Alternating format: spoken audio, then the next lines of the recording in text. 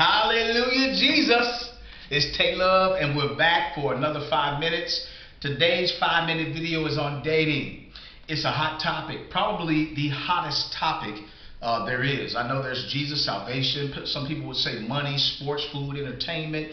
But in 5 minutes, I'm going to try to talk about dating. So first of all, dating. It is a phase where you have typically a boy and a girl, a man and a woman, who date each other. Let's keep meeting over and over again to see if we will be married. Really, that's kind of what it has been. So let's go back to Genesis chapter 2. If we're going to understand the point of dating, then we need to go back to creation. So if we look at Genesis 1 and then we go to Genesis 2 and we see Adam's there doing his thing, what God told him to do, and then all of a sudden, for the first time in creation, God sees something that's not good. And he says in Genesis 2:18, it is not good for man to be alone.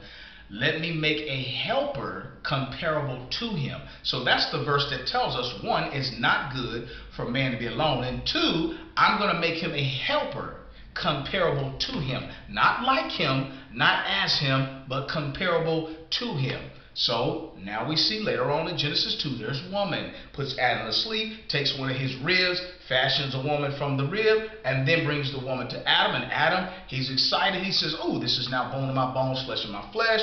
Okay, so with that backdrop, dating is for those who are ready to be married. I'm going to say it again. Dating is for those who are ready to be married. So if you're not at least 18, if you're not at least the legal age of marriage, if you ask me, I say you should not be dating. This is tay-love's 2 cents, 5 minutes. Why? Here's why. 1 Corinthians 7. Dating is really a slippery slope, and it's going a downward spiral that's going to allow you to start doing sexual sin, fornication.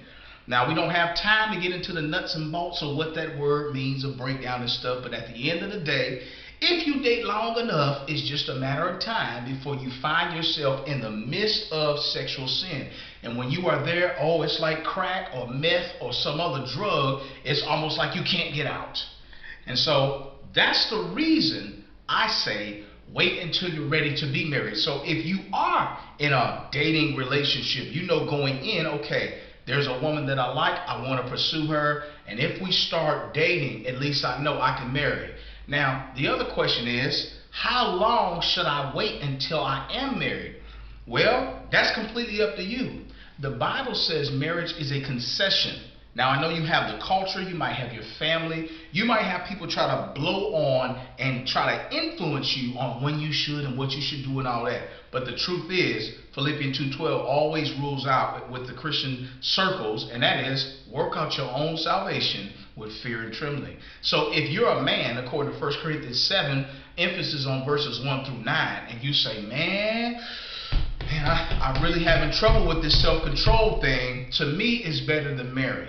This is why so many young men are into pornography, and a lot of people are, because they're trying to passively deal with this desire in them by prolonging marriage. So if you endlessly date 2 years, 3 years, 6 months, you will find yourself in a sea of sexual sin. If you want to please the Lord and you want to honor God with your life, you will say, look, I'm going to take my life and live holy. Hebrews 12:14, without holiness no man will see the Lord. And there's so many other verses. But in short, dating is for those who are ready to be married.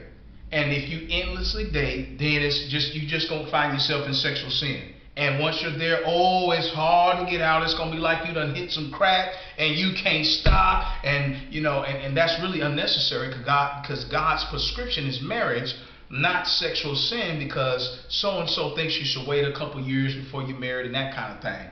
So here's the remedy in this last few seconds that I have. If you don't even want to deal with marriage or sexual sin, then you need to stay away from women. Busy yourself, serve in church, find out all the tenures and different venues and avenues you can get involved in, so that you're not around women and smelling their perfume and seeing the flow and glow of their hair and all that stuff, to where you say, ooh, I want me one, because that's exactly what's going to happen if you keep hanging around women. And I know there's a few amens virtually. I can hear them, because I was one of them. So at the end of the day, I got married in 40 days because I didn't want to do sexual sin. And this is, we've been married nearly 6 years now. So I would tell anybody, the time of the dating don't matter. As long as when you go in, you want to be married, and two, you want to honor the Lord and avoid sexual sin.